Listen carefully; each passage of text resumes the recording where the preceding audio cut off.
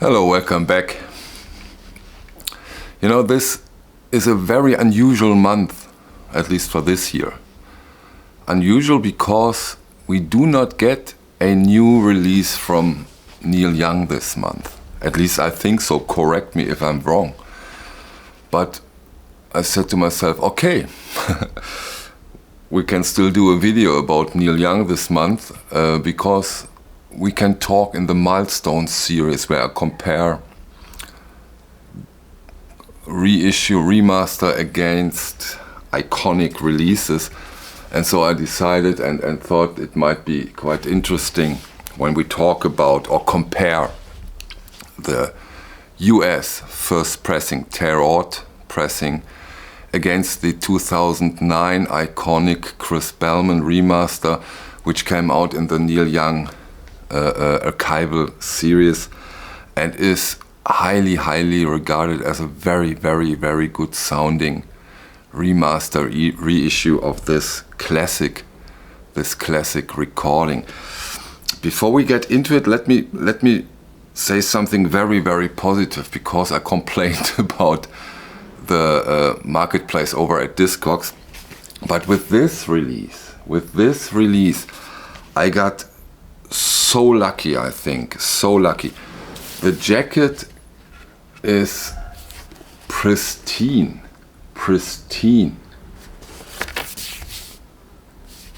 The vinyl plays almost flawless. What's not inside is this the original inners with the lyrics. Okay, that's a minus, but still I got this copy near mint I'd say, without the inners, for $27 plus shipping, of course, but it was here in Central Europe. I got it from Italy, and that saved me the customs, that saved me a lot of shipping fees. So with this one, on every aspect, I got really lucky. Great copy. So happy that I have found this one top notch. Yeah, Neil Young, Harvest. And again, this is half a century. This record is, by the year, it's 1972, half a century old. It's so cool how some people get their record collection in shape also at that time. Stunning. Yeah, 1972, a huge release from Neil Young. I think it was the most selling album of that year. And in 72, that really means something. Of course, he gathered some friends, Linda Ronstadt, James Taylor, Graham Nash, David Crosby, who also adds, of course, to this incredible, beautiful quality of the songs, of the music. Stunning album, an all-time classic. I think we all can agree on that. And here we have the 2009 Chris Bellman remaster, and yeah, look at the difference of the jackets. I can imagine that this one 50 years ago looked like that one. Maybe some of you who remembers when it came out can tell us in the comments if that is near to the original. You know, I can imagine that this fades over the decades. I really can. But you can't do anything about it, of course. Yeah, you can, but this would be this would be a bit too much. Yeah. Now let's go and compare those releases. Let's start with the 2009 Bellman mastering at Bernie Grundman Labs. And yeah, it has been stated, I have talked about it. This is a really great sounding remaster reissue.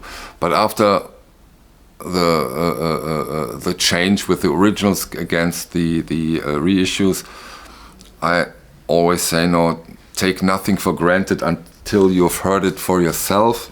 And so I was quite eager to compare those. And one thing at the beginning, we have two fantastic sounding issues here, two fantastic sounding editions here. The remaster is the overall more polished version, which is not meant negatively. It concentrates on the very, very strong aspects of this release. It's overall beautiful sounding. It has, compared to the original, the slightly better separation and soundstage. And that's what I mean. That's where I can imagine that they polish it in a good way. In a good way. When you now listen to the original, the first thing that comes to mind when you compare them is that the harmonica is different. It's more wham, it's more there.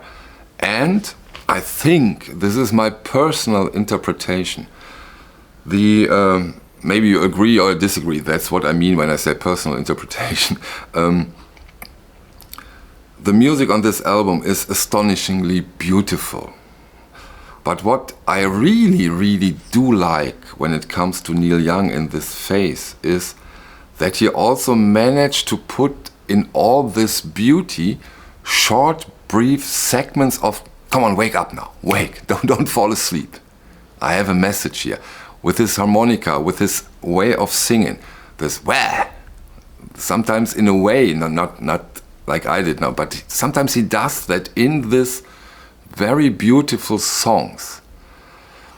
And this effect is a bit polished away in the remaster, in a way, because the original has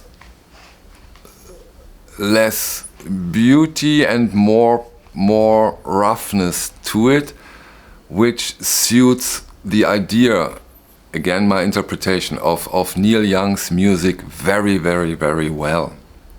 And again we have a tad more of this fastness. The speed is a bit higher on the original, which you might call it dynamic, but I'm not so 100% that there is a big dynamic difference. But it makes you, or the music gets a tad more emotional on the original. But overall, the reissue, the remaster, is the more audiophile version. They really want to soothe the beauty and the audiophile listening of this recording, I can imagine. And let me say something in general. What I really do like and feel more and more and more when I compare those releases, it's not it's the most interesting part, but not the very most important part, that the original is the better sounding one. I want to say that what I really do like is the original is the icon in a way. There is only one original, only one. Reissue, remasters, you get them every now and then. You get good ones, you get not so good ones, but you get them. The original, there's one original. And that, of course, makes it so special that they also sound sometimes incredible good. Of course, is a bonus we are probably very pleased to take. Yeah, that I really want to make that point on one video very, very clear. Yeah, where have I been? Yeah, the most, what I'm also is so interesting. I think now is a good time, still a good time, to buy the Chris Bellman remaster. It's expensive, but these, when they are really gone for some time, sometimes they do a repress, they get quite high. And that's, again, what I do not understand. Don't look back. Now you might say, but you look very far back. As far as possible, you look for the original. Yes, but that has something to do with the comparison, and that this is for all time an icon. And in this case, for example, if you are lucky, and that's of course a bit shaky, but if you are lucky, you get this for 25 bucks. The original I'm talking about, in a fantastic condition, at least up to now. Maybe those things will change further and further. Maybe think about that too. And that is sometimes what I really do not get, that some of those remaster reissue editions over the years are so much more expensive than the original. I forgot to mention that when I made my Blondie comparison. I think in 1981, correct me if I'm wrong again, please, MoFi did a Blondie Parallel Lines. And look this one up at Discogs. It's so expensive. You get 8 to 10 originals near mint for this price. And that's surprising, and of course nothing in this area has to do with logic, but it's not that logical. And okay, but it is as it is, but I find that quite interesting, and in some cases strange, really. Okay, enough said for today. See you on the next one. Bye.